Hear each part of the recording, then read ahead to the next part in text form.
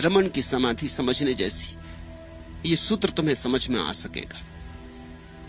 ज्यादा उम्र उनकी न थी, ज्यादा होती तो शायद समाधि मिलती भी ना। 17 साल की उम्र थी रमन की।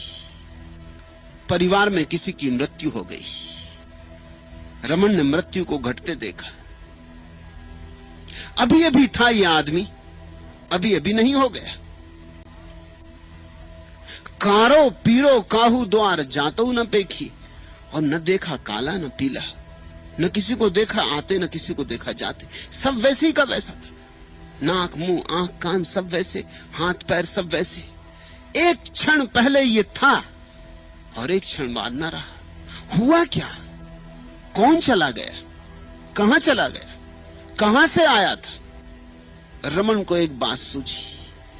बच्चों को अक्सर बातें सूझ जाती। घर के लोग तो रोने धोने में लगे थे। वो बगल के कमरे में चले गए और जमीन पर लेट गए जैसा वो मुर्दा आदमी लेटा था, वैसे लेट गए। हाथ पैर वैसे कर लिए ढीले जैसे मुर्दे ने किए थे। आंखें बंद कर ली। एक प्रयोग किया मृत्यु का कि मैं देखूं कि मेरे भीतर क्या होता है। अगर मैं ऐसे ही मर जाऊं तो कोई आता जाता या नहीं, कोई है बचता कि नहीं भीतर। शरीर को शिथिल छोड़ दिया। सरल भाव का बच्चा रहा होगा, अति सरल भाव का, कि जल्दी ही लगा कि मौत घट रही। हाथ पैर सब सूख गए। थोड़ी देर विचार घूमते रहे, फिर विचार भी समाप्त हो गए। थोड़ी देर बाहर की आवाजें, रोना धोना सुनाई पड़ता रहा, फिर पता नहीं वे भी सब आवाजें कहीं दूर निकल गई, कान जैसे बंद हो गए। थोड़ी देर श्वास चलती मालूम पड़ती रही, फिर उससे भी दूरी हो गई।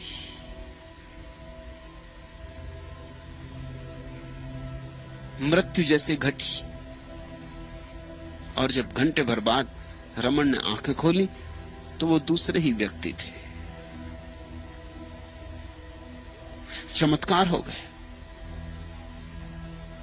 देख लिया उन्होंने भीतर अपने कि जो है उसकी कोई मृत्यु नहीं। जाके घर के लोगों का व्यर्थ रो रहे धो रहे। कोई कहीं गया नहीं, कोई कहीं जाता नहीं। और उसी दिन उन्होंने घर छोड़ दिया, चल पड़े जंगल की तरफ। अब इस संसार में कुछ अर्थ ना रहा।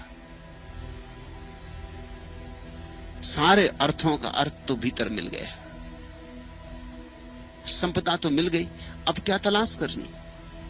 इस संसार में तो हम संपदा की ही तलाश करते रहते। जब मिल गई संपदा, धनी हो गए, तो अब यहां क्या करना है? चल पड़े। और ऐसा रस लगा, ये मरने की कला में ऐसा रस लगा कि लोग कहते हैं कि जहां रमन बैठ जाते थे, दिनों बैठे रहते थे। आंख बंद कर ली, शरीर को मुर्दा कर लिया और बैठे और पी रहे रस। मालूम नहीं तुझको अंदाज ही पीने के। दिन बीत जाते, न भोजन की फिक्र है, न प्यास का पता है, लेकिन एक आभा प्रकट होने लगी। एक तेजो मंडल आविर्भूत होने लगा। चारों तरफ एक सुगंध फैलने लगी। लोग सेवा करने लगे। लोग भोजन ले आते, हाथ पैर दबाते कि लौट आओ, भोजन कर लो। कोई पानी ले आता, कोई स्नान करवा देता, नहीं तो वो बैठे रहते बिना स्नान के। मक्खियों के झुंड पे बैठे रहते और वो मस्त है, वो मदहोश है। लोग पूछते तुम करते क्या हो, तो वो कहते कि मैं कुछ भी नहीं करता हूं। करने की कोई जरूरत ही नहीं। फिर यही उनका जिंदगी भर संदेश रहा। जो भी उनके पास जाता, पूछता हम क्या करें परमात्मा को पाने को, तो वो कहते करने की कोई जरूरत नहीं, बस बैठ रहो, खाली बैठे रहो।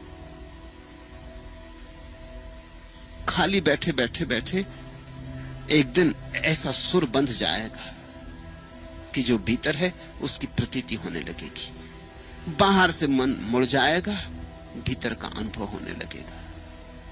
सुंदर कहत को कौन विधि जाने ताही। विधि से तो नहीं होता, बिना विधि के होता है। इसलिए छोटे बच्चे चाहें तो उनको भी हो सकता है, स्वस्थ को हो सकता है, बीमार को हो सकता है, बाजार में जो बैठा है उसको हो सकता है, हिमालय पे जो बैठा है उसको हो सकता है, सुंदर को, कुरूप को, गरीब को, अमीर को, पढ़े लिखे को, गैर पढ़े लिखे को, सबको हो सकता है। क्योंकि बात सब छोड़कर भीतर थोड़ी देर चुपचाप डुबकी मार लेने की है। कभी कभी 24 घंटे में घड़ी दो घड़ी को बस बैठ रहो, कुछ ना करो, निरुपाय, निर्विधि, असहाय, आंखों को बंद हो जाने दो, कानों को बंद हो जाने दो, निर्जीव हो रहो। ऐसे रमन को समाधि मिली थी।